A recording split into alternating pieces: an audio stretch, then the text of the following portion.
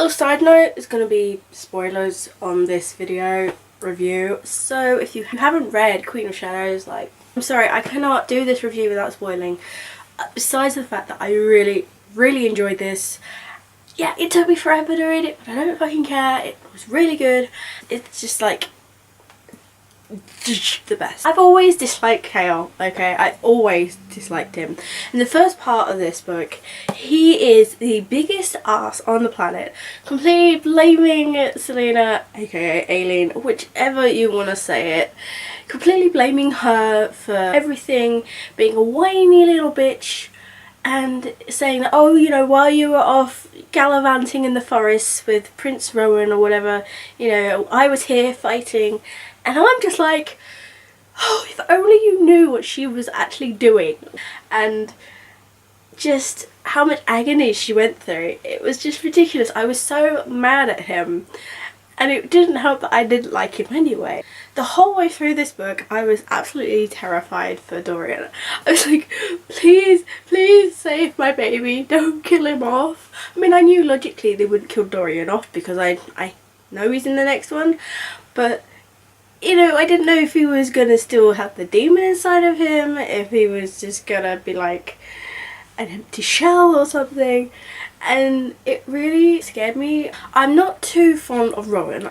I liked him, I guess, in Air of Fire, but at the same time, I'm just shipping Dorian and Selena. And here's Rowan, and I'm just like, what are you doing here? Can you go away? Like, I thought he wouldn't be in this book. When he wasn't in the first quarter, I thought, oh yeah, finally, maybe we'll have some time without Rowan, because he was really irritating. And then he turned up and I was like, ah, shit, Rowan's back. Adian, when she goes to save him, rescue him from the gallows, that was such a kick-ass scene. It was so funny. It was like something out of a TV show. Very, very good. And at times I had trouble keeping up with what was happening. But then it was like, it was like they see each other from across the room. It's like, I know that face. I know they're cousins, but let's face it, nearly everyone are cousins these days. But I kind of wanted Adian and Aileen to be together. I felt really bad for him when he wanted to take the blood oath and she'd already had it with Rowan. And I'm like, oh my god, my poor baby. Why? And the fact that she was lying to him over it, I'm like, why don't you just tell him? Why don't you just say, hey look bro, I'm sorry, but I've already taken the blood oath with Rowan. Like, she did offer to have another one. You can have more than one. I just feel so bad for him because, oh my poor baby, all my babies are getting hurt in this, and the two people that I didn't like were just in the fucking way. Like, why can't you go? Aileen's attitude, I think I preferred her when she was Selena, because at least, like, that attitude was, you know, she would kick ass and she wouldn't care. She had a caring side. Whereas I feel like Aileen's a lot more of, I don't know, everyone's like, oh, it's a queen looking at us and talking to us, and it's like, I feel to me like she's gone bitchier and less sass. There's less of a humorous side to her as a queen. I don't know, part of me was just like, I miss her when she was just the assassin. Like, she had a sense of humour, she had a caring side, but it was just sass all over, and I liked her that way. But as a queen, I feel like because she's got so much more responsibility and people are relying on her, she's lost that edge. Maybe she'll get it back, I don't know. And I feel like with Rowan, she's all got like, I'm a little bit off with these storylines where the characters are like mate with somebody and they feel what that other person feels if they're like close to death, and they're all just like, oh my god, like rushing to each other's side. I mean, I'd be like that if my friend was injured, but just the way that she does it, like just the way that they're both so reliant on each other. This is why I miss Selena's personality, because then she wouldn't let anyone close. I feel maybe that's like sort of a symbol of like what I'm like I don't let many people close, so I guess to me I'm like, oh, you little wimps, just get on with it, stop worrying about each other and do your job. That's why I think like Selena's a lot more likeable. Like, I prefer her like badassness, but the fight scene between her and Manon, I mean, Manon I didn't like at all in Air of Fire. I don't know what it was. I think it was just there was so much else going on that you have this random witch chapters, and I'm like, can you go away? There's more happening. And it was the same with this, except I felt like she was actually starting to redeem herself as a character, as a person. And though she was, yeah, still like a complete and utter, you know, I will kill you kind of attitude over anything, she was starting to be a little bit more likeable. And I mean, you can be badass and mean as hell but still likeable, you know, have that charm aspect. Like a lot of bad guys in books, you know, they're not all just irritating, arrogant dicks. You know, a lot of them are charming, and you're just like, some people wonder why you like them, and you're like, well, they have a sense of humour, they have, you know, they have charm, they have a likability factor about them. And Manon started to have that, I felt. Especially when she started to question her grandmother's motives behind the Valg trying to impregnate the witches. I mean, I wanted her to be like, fuck you, you're dead. Like, just go and kill the commander. Just go and kill him.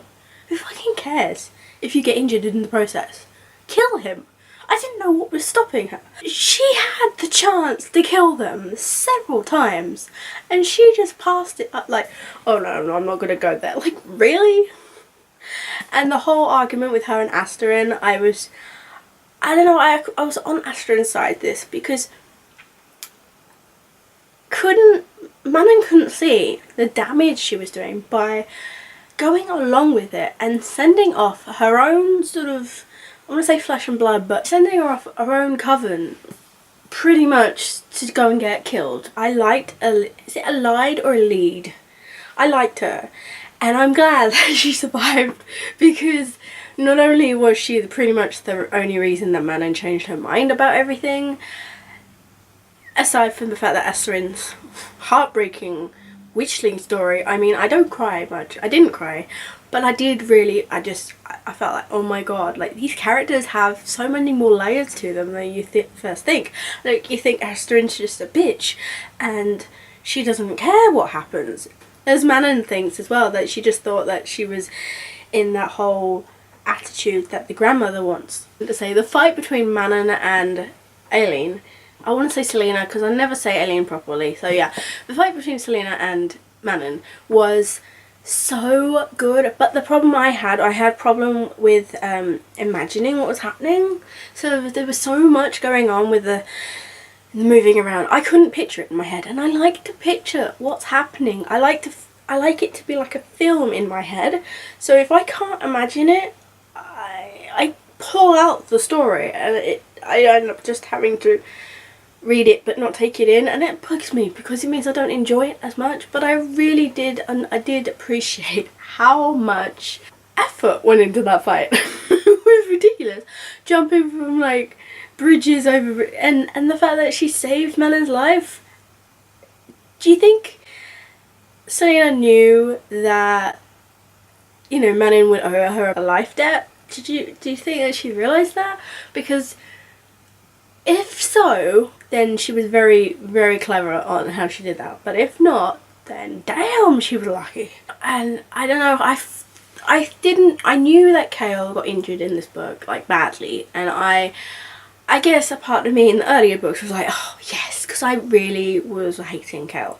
But I will admit, he did start to redeem himself to me. Well, not redeem, but I had, I guess, a little bit more respect for the guy nearer the end, so that when he did get paralysed, I mean, oh my god, I wouldn't wish that on my worst enemy.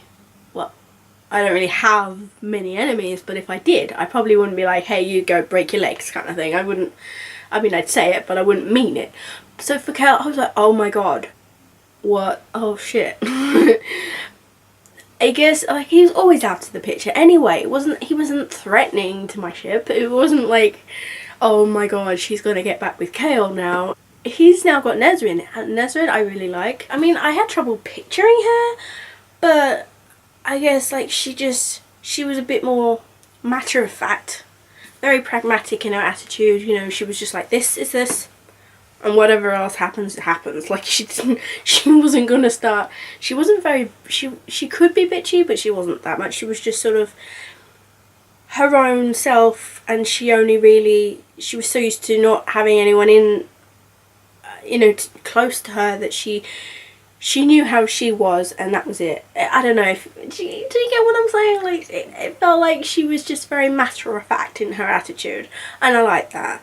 As well as like Lysandra. I really liked her. She was very different, and I liked how different she, like the fact that she was like a breath of fresh air to all these assassins and rebels and stuff. She was just like this, not innocent, but light-hearted person that wanted revenge, but she was a courtesan, so she had to have that air of innocence, I suppose, and just act like a whore and stuff. I don't know. She was really good, and I really liked the fact that, you know, once her and Selena arranged this plan to kill Arobin. I mean, Arobin, oh my god, I had this image in my head.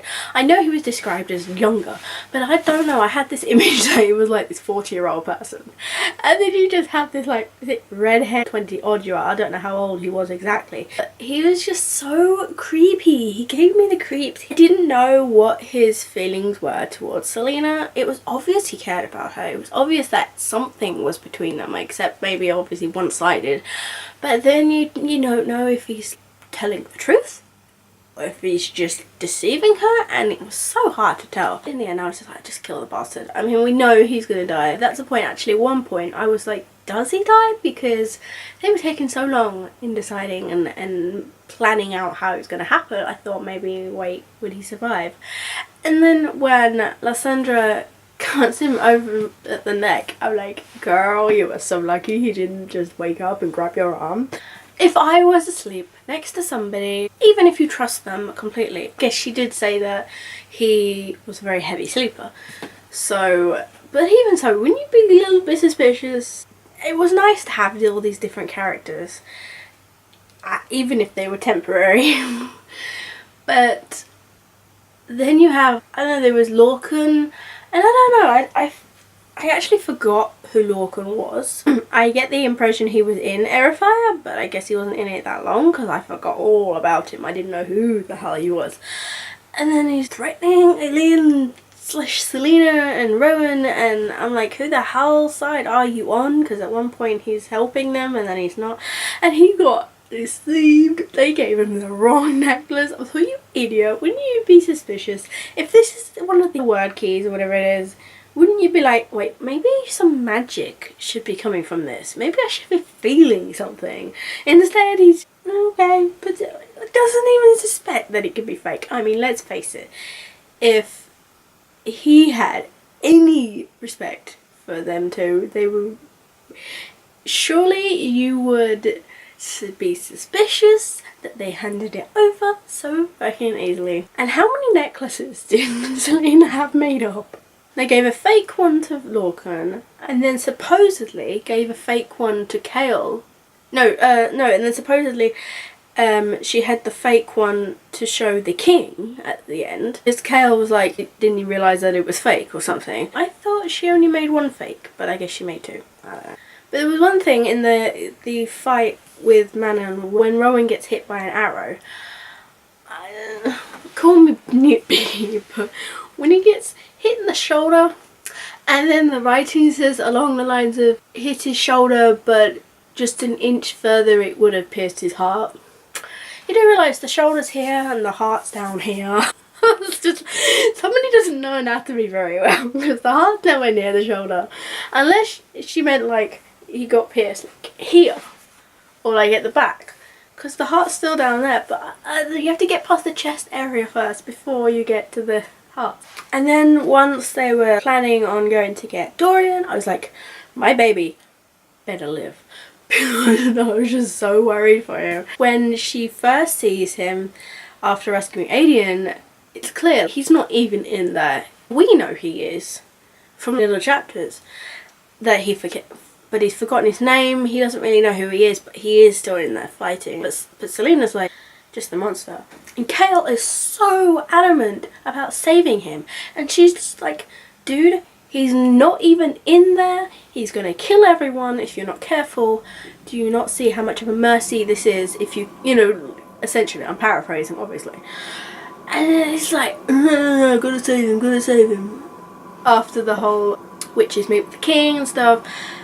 And then he goes and decides, actually, thinking about it, now might be the best time for me to go and try and kill him. Because, you know, Selena's right and everything. Idiot. I mean, I'm not kidding. What an proper idiot for doing that. I kind of just kill him. Just get it over with, because the git's gonna just deserve it anyway. The whole setup with the vats of hellfire, I kept on mixing it up with shadowfire because they're very similar, I suppose. One's more deadly than the other, I guess, but like with Caltaine, who did you see that she was gonna even have any powers like that? I thought she was just an innocent little bitch. Like, I thought that she was just like some person wanting glory and to be married to the prince. I had no idea she was gonna have much more of a part to play. So it was a bit of a surprise when it turned out she actually kicked that demon to the curb in her mind. She was herself for most of it. I was like, well, then why didn't you just like escape or kill them? It was really sad when she decided to, you know, kill herself, but to kill other people. But she didn't kill she didn't kill who she was supposed to kill. I mean, for fuck's sake. If you're gonna do it properly. The commander's still alive.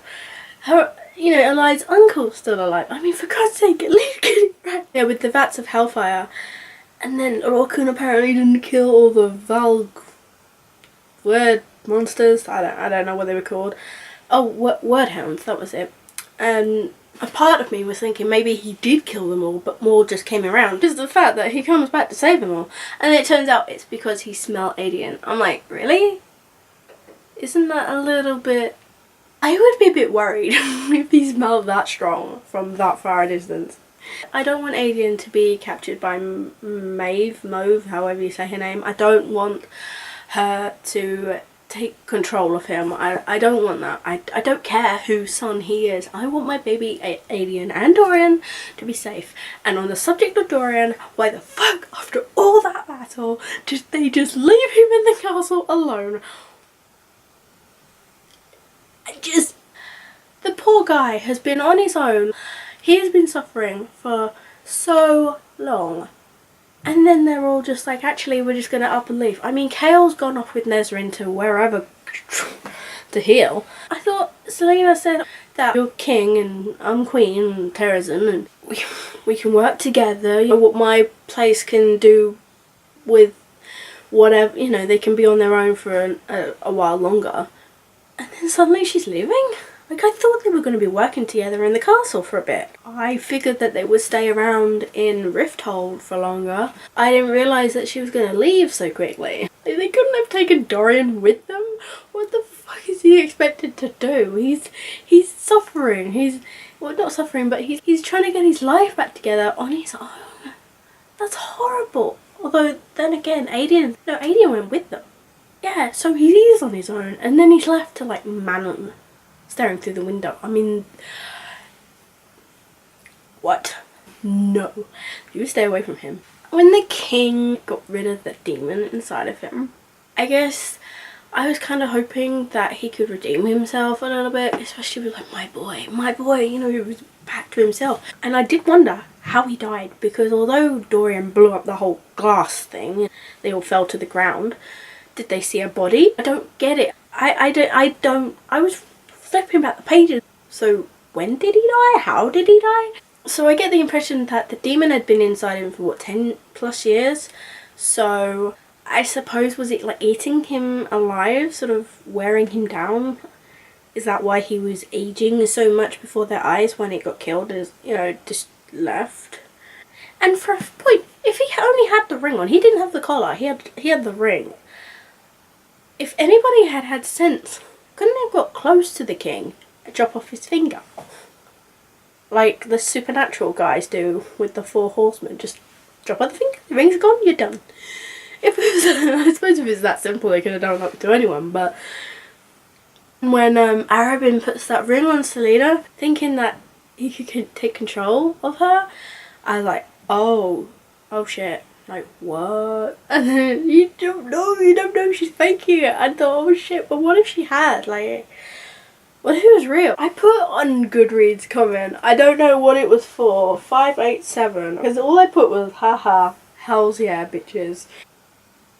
Oh yes, when the magic comes back into the world and, you know, everybody feels this whole wave and Lila's in the dungeon, and I thought, you know, maybe if she's got some sort of power she would be able to get out of her chains and escape, but it turns out she hasn't got any, you know, any magic or power that she has is really, really diluted, which is such a shame because I felt like she would have such a chance. And the fact that the witches just left her in Oakwall Forest and they was like, go north. I mean, the poor girl's got a dodgy leg. I mean, they couldn't have given her a trip further north. They couldn't send one of the other witches off with her and say, hey, take her away. They couldn't have given the girl a help. Or even one of our own wyverns or something.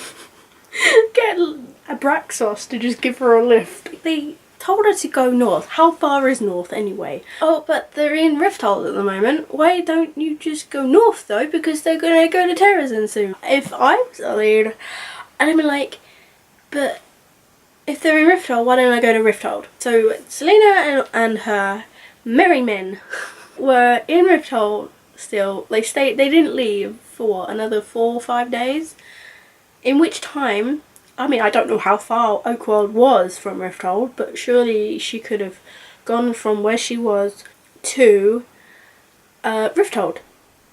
But with her bad, like, I mean, yeah, fair enough, it would take her longer.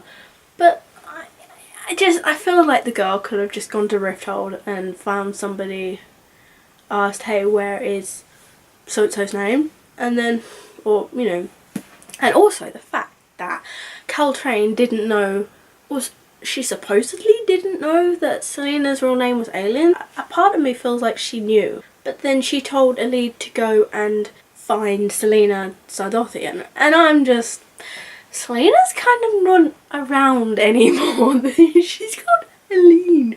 However you say her surname. She's going to be asking for Selena and she's going to be asking for Aelin. And they're the same fucking person. I'm really hoping Manon and her crew decide to join the war, to be on the good side, to be on Aelin's side and to be on Dorian's side and just to help them, especially if she's having sort of feelings towards Dorian. I am suspecting she is, and so I really hope that she decides to help them. I know that they're being controlled like by their commander, but let's face it, they're not being controlled in the sense that they have a demon inside of them with a ring or a collar. They can do what they like.